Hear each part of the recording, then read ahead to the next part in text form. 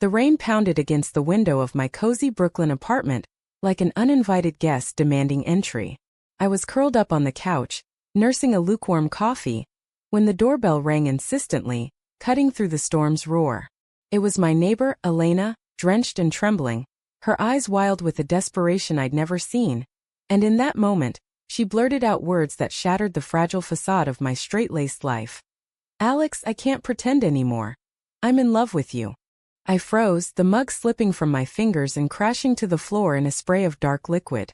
Elena stood there, her usually impeccable bob haircut plastered to her face, mascara running like black tears. We'd been friends for 2 years, ever since she moved into the brownstone next door with her husband, Mark, and their toddler Sophie. Casual coffee chats had turned into deep conversations about dreams deferred, and the quiet suffocation of suburban expectations. But this was a grenade lobbed into the heart of everything I thought I knew about myself. "Whoa, Elena, what are you talking about?" I stammered, pulling her inside and grabbing a towel from the hall closet. She collapsed onto the couch, her wet clothes soaking the cushions, but I didn't care. My mind raced. Was this a joke? A breakdown? Elena was the epitome of the perfect wife. PDA volunteer, yoga enthusiast, always posting idyllic family photos on Instagram. And me? Alexandra Alex Rivera, 28, single marketing exec, living the independent New York dream in a rent-stabilized one-bedroom. I dated men, sure, but nothing serious. Never had I questioned my attractions until her words hung in the air like smoke. She wiped her face, her voice barely above a whisper. "It's been building for months, Alex. Every time we talk, every laugh we share. It's more than friendship. I see the way you look at me, too. Don't deny it." I opened my mouth to protest, but nothing came out. Flashes of moments invaded my thoughts. Her hand brushing mine during a neighborhood barbecue, the lingering hugs after movie nights, the way her smile lit up when I complimented her art. Was that attraction? Or just the intimacy of close friends? Panic bubbled up. My conservative Catholic family back in Jersey would disown me if they even suspected. Elena continued, her words tumbling out like a confession in a dimly lit booth. "Mark and I were not happy. He's always at work, and when he's home it's like we're strangers. Sophie deserves better than this charade." She reached for my hand, and I let her take it, the warmth contrasting the chill from the rain. "But you, Alex, you make me feel alive. Please tell me I'm not alone in this." I pulled away gently, my heart pounding. "Elena, you're married. You have a child. This isn't some rom-com where we run off together." The logic was sound, but my voice wavered. Deep down, a spark ignited: curiosity, fear, excitement. What if she was right? What if I'd been ignoring signals from my own heart? But the risks loomed large. Scandal in our tight-knit community, the judgment from friends who'd whisper behind our backs, the potential to upend Sophie's innocent world. As the storm raged outside, we talked for hours. Elena revealed her struggles. Growing up in a small Texas town where being different meant isolation, marrying Mark young to escape, burying her feelings under layers of domesticity. "I thought I could outrun it," she said, tears streaming.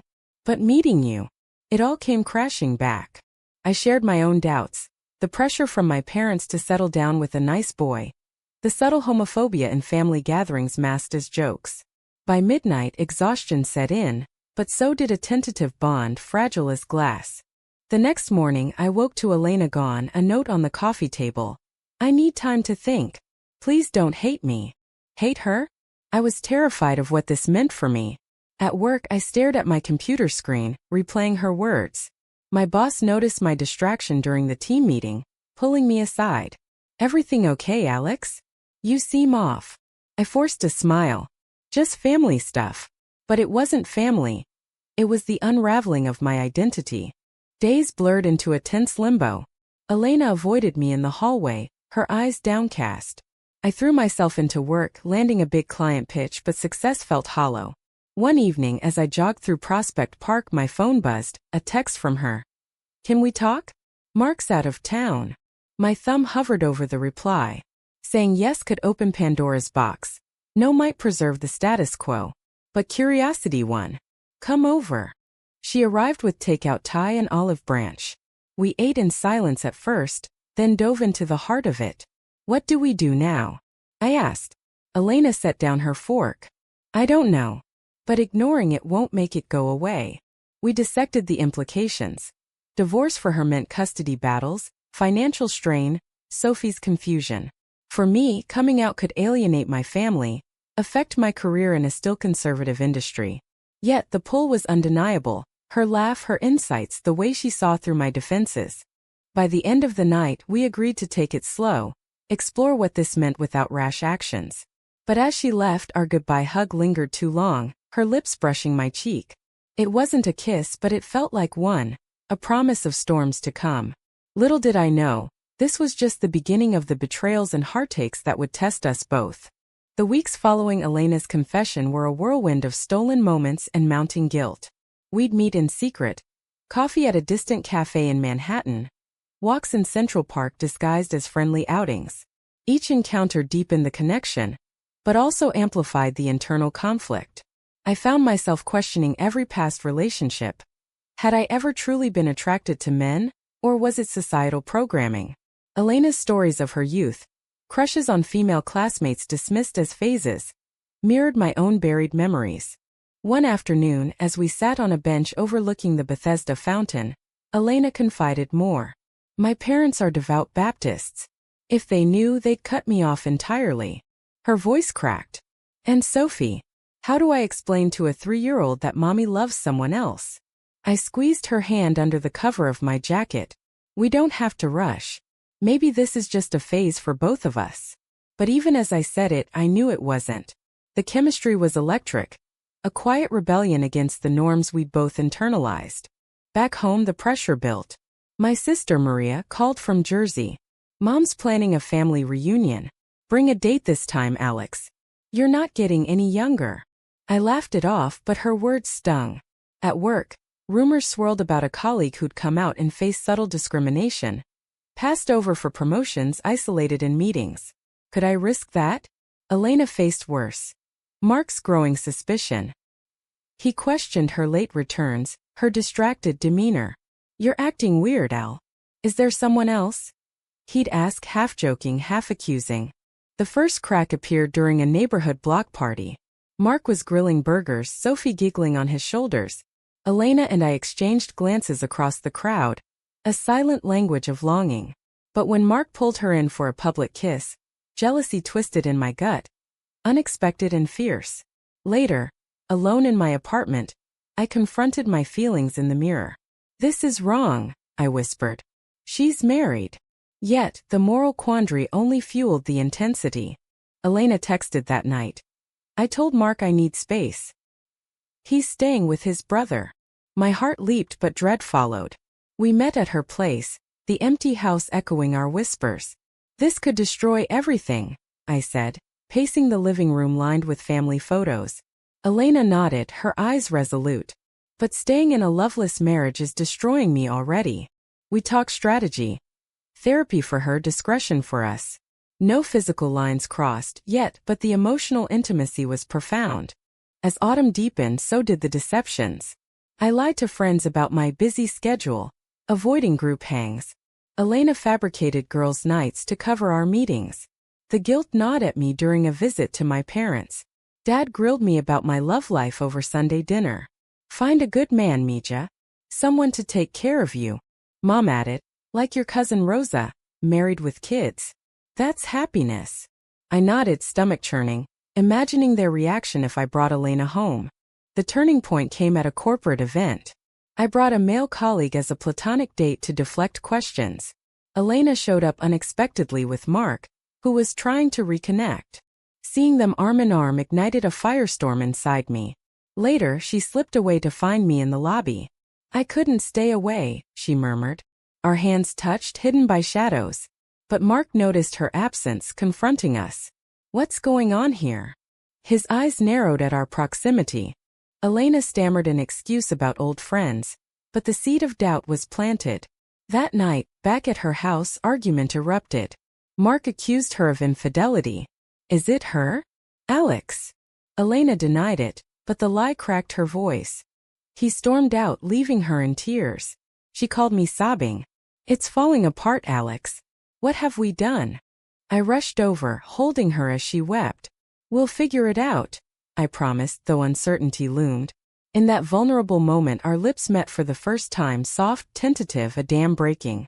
It wasn't passion-fueled.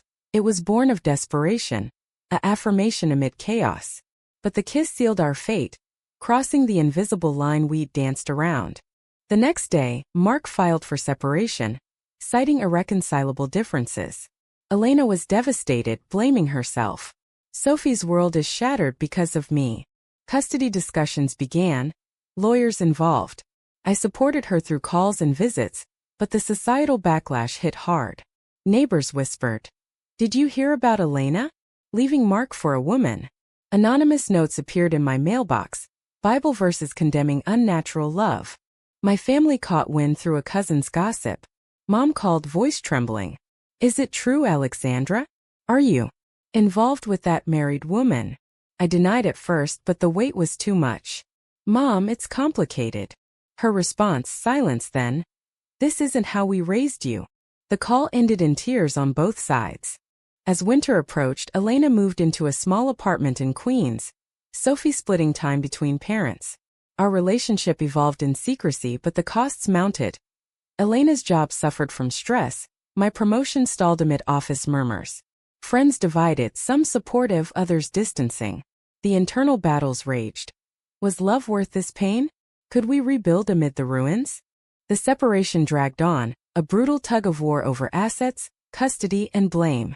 Elena fought for joint custody, but Mark's lawyer painted her as unstable, hinting at her lifestyle choices without outright saying it. In court, she sat rigid, her once vibrant eyes dulled by exhaustion. I attended hearings incognito, heart aching as witnesses testified to her erratic behavior. One neighbor even mentioned seeing us together late at night, innocent but twisted into evidence. Post-hearing, Elena broke down in my arms outside the courthouse. "They're using our love against me, Alex. How is that fair?" I held her, whispering assurances, but doubt crept in. Was I the catalyst for this destruction? My own life unraveled. A performance review at work cited personal distractions, my boss subtly suggesting I get things sorted. Colleagues avoided eye contact, the water cooler chatter turning to speculation. Family tensions escalated. At a forced dinner with my parents, Dad exploded. "This is a sin, Alexandra. You're throwing away your future for what? A phase." Mom cried, begging me to pray it away. I defended us. "It's not a choice, Dad. It's who I am." But their words echoed my deepest fears: rejection, isolation. I left in anger, vowing limited contact, but the void hurt. Elena faced similar ostracism. Her parents flew in from Texas, staging an intervention. "You're confusing lust with love," her mother scolded. "Think of Sophie." Elena stood firm. "I love Alex. And Sophie needs a happy mother." They left disappointed, cutting financial support. Mark, bitter, limited Sophie's visits, accusing Elena of exposing their daughter to confusion. Amid the storm, our bond strengthened in private. We spent evenings in her sparse apartment, cooking simple meals, sharing dreams of a future unburdened. "One day we'll travel Paris, maybe," Elena mused, her head on my shoulder. But reality intruded. A leaked court document hit local social media, outing us to the community. Hate mail arrived, slurs scrawled in angry script. Elena's car was keyed with a derogatory word. The betrayal came from an unexpected source. My best friend Lisa. We'd confided in her early on, seeking advice. But at a group brunch she pulled me aside. "Alex, this is wrong. Elena's using you to escape her marriage." Shocked, I pressed. "What do you mean?" Lisa revealed she'd talked to Mark, who claimed Elena had affairs before. Lies but seeded doubt. "I'm just looking out for you," she said. Hurt, I distanced myself, another friendship sacrificed.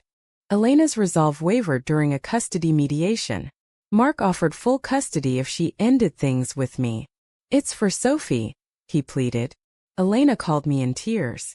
What if he's right? Am I selfish? We argued that night, our first real fight. "If you choose him, you're choosing fear," I snapped. She retorted. "And you're choosing idealism over my child's well-being." We slept apart, the silence deafening. Reconciliation came slowly. Elena rejected the offer, committing to the fight. But the decision cost her. Reduced visitation, mounting legal fees. I dipped into savings to help, straining my finances. Work suffered. I lost a key account, my boss warning of probation. Focus, Alex, or find another job. Societal pressures intensified at a pride event we attended anonymously. Surrounded by celebration, we felt out of place. Our story too raw, too contested. A speaker shared her coming out journey, emphasizing the price of authenticity. Elena squeezed my hand. Is this our price? Later, protesters outside chanted slurs, a reminder of the world's cruelty. As spring bloomed, a breakthrough. The judge ruled joint custody, citing Elena's stability. Mark relented slightly, allowing supervised visits. But victory was bittersweet. Sophie's questions began. Why can't Daddy live with us? Elena explained gently. Mommy and Daddy love you, but we're better as friends. The child nodded, but the innocence loss weighed heavy. Our relationship, forged in fire, deepened. We moved in together discreetly, a queen's walk-up symbolizing fresh starts. But shadows lingered. Anonymous calls, judgmental stares. My family thawed minimally. Mom sent a tentative text. I miss you. Dad remained silent. The ultimate test came at Sophie's birthday party. Mark hosted, inviting us warily. Tension simmered as guests mingled. A relative of Mark's confronted Elena. You're destroying this family for your perversion. I stepped in. Love isn't perversion. The argument escalated, Mark intervening. Enough. This is about Sophie. But the damage was done. Sophie overheard, bursting into tears. That night, Elena questioned everything. Maybe we should end it, Alex. For her sake. I refused. We've come too far. We'll show her love in all forms. But the seed of doubt grew, leading to more arguments. The moral dilemmas piled up. Were we right to pursue happiness at others' expense? Could love justify the pain inflicted? Living together brought a semblance of normalcy, but the undercurrents of conflict persisted. Mornings were tender. Coffee shared, plans whispered. But evenings often devolved into debates over the future. Elena's therapy sessions unearthed traumas, suppressed identity, marital regrets. I married Mark to fit in, she admitted. Now I'm paying for it. My own counselor urged self-acceptance, but societal echoes haunted me. Work stabilized for me after a candid talk with my boss. I'm gay, I declared. And in a relationship. She nodded supportively, but opportunities dwindled subtly, invitations to client dinners excluded. Elena's graphic design freelance dried up. Clients cited creative differences, code for discomfort. Financial strain mounted, bills piling like accusations. Family reconciliation attempts faltered. I visited my parents alone, hoping for bridge building. Mom hugged me tightly. We love you, but it's hard. Dad grumbled from the couch. The church says it's wrong. I left frustrated, the divide widening. Elena's family went no contact. Her mother's last email. Pray for forgiveness. Sophie's adjustment was the hardest. During visits, she asked innocent questions. Is Alex your boyfriend? Elena explained. Alex is a girl, and she's my special friend. Sophie accepted it childlike, but Mark's influence showed. Daddy says two mommies isn't normal. We countered with books on diverse families, but the indoctrination stung. A major betrayal shattered our fragile peace. Lisa, my former friend, leaked private emails to Mark's lawyer. Correspondences about our relationship. In court for a custody review, they were presented as evidence of instability. Elena confronted me. How could she? I was furious. I trusted her. The hearing turned ugly. The judge admonishing privacy breaches but noting the complicated dynamics. Mark capitalized, pushing for primary custody. Elena's choices endanger Sophie, his lawyer argued. Elena testified tearfully. My love doesn't make me a bad mother. I watched from the back, powerless. The ruling favored Mark temporarily, reducing Elena's time to weekends. Devastated, she blamed me. If not for us, this wouldn't happen. Our fight that night was vicious. Accusations of selfishness, regrets voiced. We separated briefly, me crashing with a sympathetic colleague. The distance clarified. Without Elena, life felt empty. She felt the same, calling after days. I can't lose you too. Reunion was passionate in resolve, but tempered by caution. We sought couples therapy, unpacking the damages. Love requires sacrifice, the therapist said. But at what cost? Community backlash peaked at a local event. We attended a fundraiser out as a couple for the first time. Whispers turned to confrontations. A former neighbor accused us of corrupting the block. Security escorted the agitator out, but the humiliation lingered. Online trolls targeted our social media.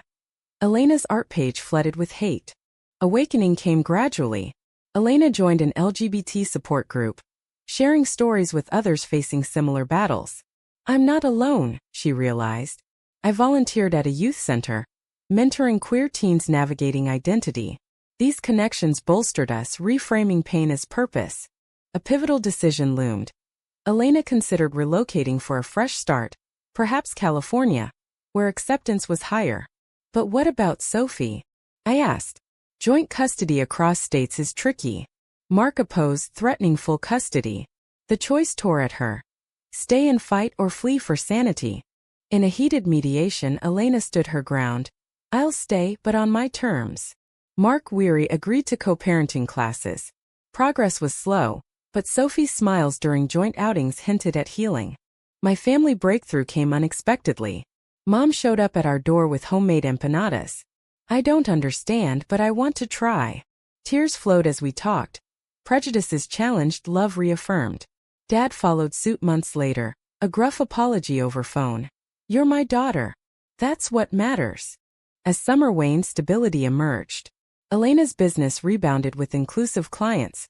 My career pivoted to a progressive firm. We hosted a small gathering, supportive friends, Sophie's laughter filling the air. But scars remained. Trust issues, lingering guilt. The final confrontation was internal. Staring at the mirror together, Elena asked, was it worth it? I nodded. Every tear, every fight for this. But doubts whispered. Had we prioritized our happiness over others' well-being? The moral ambiguity lingered, a constant companion. With custody stabilized and relationships mending, we dared to envision a future. Elena proposed a commitment ceremony, not legal but symbolic, in a quiet Brooklyn garden. Friends attended, Sophie's flower girl role bridging worlds. Mark watched from afar. A nod of reluctant acceptance. Vows exchanged. Through storms and judgments I choose you. Tears mingled with joy, a testament to resilience. But peace was fleeting. A workplace scandal hit Elena. A client outed her publicly after a disagreement, leading to contract losses.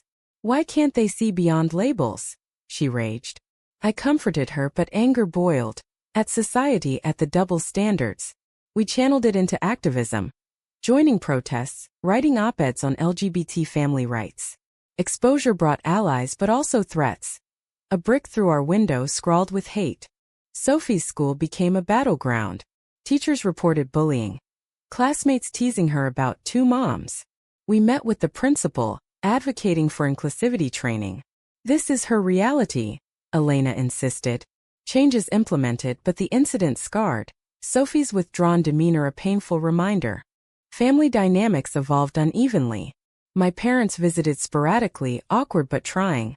Dad bonded with Sophie over puzzles, a silent olive branch. Elena's family remained distant, a void she filled with our chosen kin. Mark softened, sharing parenting duties without barbs. For her sake, he said during a handover.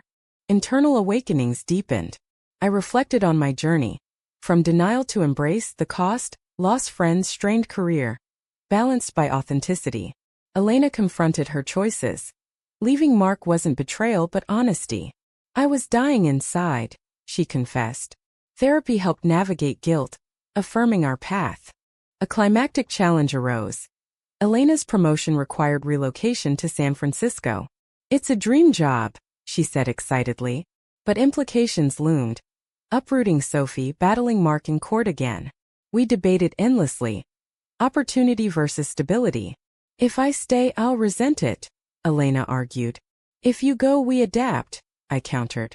The decision fell to her, a test of priorities. She chose to stay, sacrificing the job for family. Sophie's worth it, she said, eyes resolute. but resentment simmered, erupting in arguments. "You're holding me back." The strain peaked during a weekend getaway, words hurled like weapons. "Maybe this was a mistake," she snapped. Silence followed, a chasm opening. Reconciliation demanded vulnerability. "I'm scared of losing you," I admitted. Elena softened. "Me too. But we fight together." We recommitted, planning smaller steps.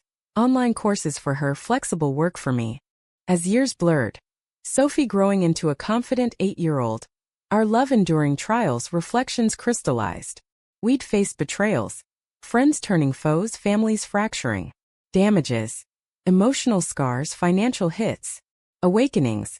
Self-discovery, advocacy. The narrative wasn't tidy, it was messy real. In quiet moments we pondered the ethics. Had our pursuit of love been selfish? Or a necessary rebellion against oppressive norms? Society evolved slowly.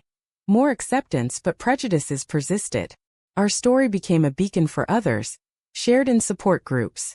Yet, the ultimate question lingered, sparking debates among those who heard our tale. Was choosing personal happiness over societal expectations right?